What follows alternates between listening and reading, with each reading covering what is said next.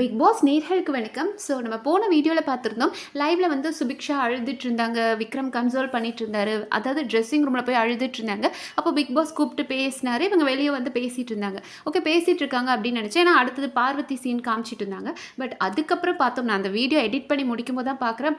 இவங்க ரொம்ப எமோஷனல் ஆகிட்டாங்க. சுபிக்ஷா ஒரு பாயிண்ட்ல இந்த வீசிங் ப்ராப்ளம் இருக்கிறவங்களுக்குலாம் ப்ரீத் பண்ண கஷ்டமாக இருக்கும் இல்லையா, அந்த ரேஞ்சுக்கு போயிட்டாங்க. அழுது அழுது ஏங்கி ஏங்கி அழுது அழுது அந்த லெவலுக்கு போயிட்டாங்க சுபிக்ஷா. ஸோ போன வீடியோவில் நானே சொன்னேன், இவங்களுக்கு வேறு வேலையே இல்லையா, அழுகிறது தான் வேலையா அப்படின்னு. ஸோ எனக்கே ஒரு மாதிரி பர்சனலி கொஞ்சம் ஹர்ட் ஆயிடுச்சு. ஐயோ, அந்த பொண்ணு ரொம்ப அதை எடுத்துக்கிறாங்க, ப்ரெஷரை ரொம்ப மண்டைக்கு ஏற்றிக்கிறாங்க அப்படின்றது தெரியுது. ஏன்னா சுபிக்ஷா நீங்கள் இனிஷியல் டேஸ்லேருந்தே பார்த்தா தெரியும், வந்ததுலேருந்தே இது நமக்கு ரொம்ப பெரிய ஆப்பர்ச்சுனிட்டி, இது எப்படியாவது நம்ம யூஸ் பண்ணி ஆகணும் அப்படின்னு ரொம்ப ஒரு வெறித்தனமாக பண்ணிட்டு இருக்காங்க. அவங்க இந்த பீட் பாக்ஸ் கற்றுக்கிறது கூட ஓகே, இந்த கேமில் நம்ம ஒரு விஷயத்தை கற்றுக்குறோம் அப்படின்னா மக்களுக்கு அது நம்மளை பிடிக்கும் அப்படின்னு நினைக்கிறாங்க.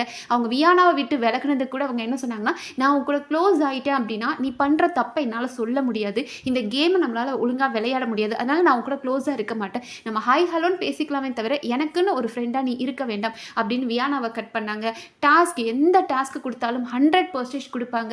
அது ராஜா ராணி டாஸ்கில் தனக்கு வேலைக்கார பொண்ணாக கொடுத்தாலும் அந்த டாஸ்கில் ஏதாவது ஒன்று பண்ணணும் அப்படின்னு நினைப்பாங்க. ஸ்கூல் டாஸ்கில் நாட்டியாக ஏதாவது பண்ணாங்க, ஆனால் அவங்களுக்கு பெருசாக வெளியே வரவே இல்லை. ஹோட்டல் டாஸ்க்லையும் தூங்காமல் அவங்களும் பிரவீனும் அவ்வளோ ஒர்க் பண்ணாங்க. அவங்களுக்கு ஸ்டார்லாம் கொடுத்தாங்க இல்லையா, வந்த கெஸ்ட்டு ஸ்டார்லாம் கொடுத்தாங்க. ஸோ அந்த மாதிரி எந்த டாஸ்க்கை கொடுத்தாலும் 100% அவங்க பண்ணணும் அப்படின்னு நினைப்பாங்க. பட் நேற்று வந்து அவங்களால கண்டுபிடிக்க முடியல. அது வந்து ஓகே, 2K கிட்ஸ்க்கு அந்த சாங் கண்டுபிடிக்க முடியல அப்படின்னு சொல்லலாம். ஸோ அந்த சாங் கண்டுபிடிக்க முடியாது, அவங்களுக்கு ரொம்ப பெரிய வருத்தம். அண்ட் மோரோவர் அவங்க நேற்று ரொம்ப ஃபீல் பண்ணியிருந்தாங்க. நான் அந்த நேற்று வீடியோலேயே சொல்லியிருந்தேன், எஃப்ஜே கூட ஃபீல் பண்ணுறாரான்னு தெரியல. ஏன்னா 2.5 மணி நேரம் அவங்க உள்ளே உட்காந்து ஆடிட்டு இருக்காங்க. இவங்க ரொம்ப ஃபீல் பண்ணாங்க, பிக் பாஸ் நாங்கள் வேணால் உள்ளே போய் ஆடட்டுமா, அவங்கள பார்த்தா எங்களுக்கு ரொம்ப பாவமாக இருக்குது பிக் பாஸ் அப்படின்னாங்க. ஸோ அந்த அளவுக்கு அவங்க மனதால் அந்த நேரம் உடஞ்சிட்டாங்க. ஐயோ நம்ம கண்டுபிடிக்க முடியல அப்படின்னு உடஞ்சாங்க. அண்ட் இன்னைக்கு சுபிக்ஷா அண்ட் விக்கல்ஸ்குள்ளே ஒரு கான்வர்சேஷன் போயிருக்கு. அப்போ விக்கல்ஸ் என்ன சொல்லியிருக்காருன்னா, உன்னை எல்லாரும் ஓவர்டேக் பண்ணிட்டு வராங்க, அரோராலாம் உன்னை பீட் பண்ண ஆரம்பிச்சிட்டா, சுபிக்ஷா என்னோட டாப் 5ல இருந்தா இப்போ அவள் கிடையாது அப்படின்னு அவர் சொல்லியிருக்காரு. ஸோ அவங்களுக்கு ரொம்ப அது பயமாயிடுச்சு. ஏன்னா அந்த பொண்ணோட மைண்ட் ஃபுல்லாக எப்படியாவது நம்ம டைட்டில் அடிக்கணும் அப்படின்னு யோசிச்சு அந்த ஒரு ப்ரெஷரை ரொம்ப எடுத்துக்கிறாங்க. அண்ட் நிறைய பேர் சொல்கிறாங்க அவங்க சும்மா நடிக்கிறாங்க, அவங்க அடுத்த வாரம் வெளியே போகிறதுக்காக அவங்க நடிச்சிட்டு இருக்காங்க அப்படின்னு. அந்த பொண்ணு இன்னைக்கு நீங்கள் பார்த்தா நடிப்பாங்கன்னு தோணும். அவங்கள ஆரம்பத்துலேருந்தே புரிஞ்சவங்களுக்கு தெரியும். ஆரம்பத்தில் வியானாவை அவங்க ஒரு பாயிண்டில் கட் பண்ணும்போது அப்படி தான் கட் பண்ணாங்க. இந்த கேமுக்கு என்னோட ஃப்ரெண்ட்ஷிப் ஒரு தடையாக வந்துடக்கூடாது அப்படின்றதுக்காக வியானாவை கட் பண்ணாங்க. அப்படி தான் நம்ம ஒரு கேம் ஆடிக்கிட்டு இருக்கோம் அப்படின்னு நம்பிட்டு இருக்காங்க.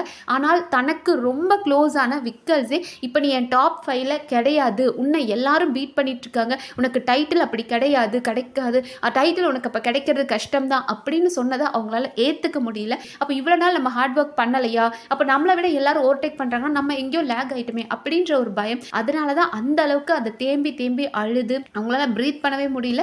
அண்ட் அந்த இடத்துல வந்து நம்மளோட விக்கல்ஸ் சாண்ட்ராலாம் வந்து கன்சோல் பண்ணுறாங்க. அண்ட் சாண்ட்ராவே இன்னைக்கு பார்வதி கிட்ட கூட சொல்லிட்டு இருந்தாங்க, அவள் இப்போ மட்டும் கிடையாது, இதுக்கு முன்னாடி இருந்தே ஒரு 2-3 வாரங்களாகவே அவள் அழுகிறத நான் பார்த்துருக்கேன் அப்படின்னு. பல நேரங்களில் நானும் பார்த்துருக்கேன் லைவ்ல. சுபிக்ஷா பார்த்தோம் அப்படின்னா ட்ரெஸ்ஸிங் ரூமில் போய் அழுதுட்டு வருவாங்க. ஸோ அவங்க ரொம்ப ப்ரெஷர் பண்ணுறாங்க.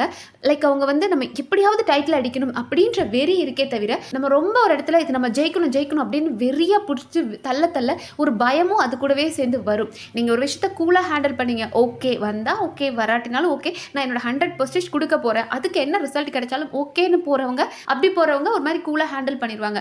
ஆனால் ஒரு சிலர்லாம் ப்ரெஷரோடு உள்ளே போவாங்க. கண்டிப்பாக நான் டைட்டில் அடிச்சே ஆகணும், அதுக்காக நான் ரொம்ப 100% கொடுக்கணும். நீங்கள் சுபிக்ஷாவை எந்த ஒரு டாஸ்க்லனாலும் பாருங்கள், சுபிக்ஷா அப்படி தான் 100% கொடுக்கணும் அப்படின்னு நினைப்பாங்க. பிகாஸ் ஒரு 2 வீக்ஸ் முன்னாடி ஒரு தடவை வார்னிங் கொடுத்துருப்பார்.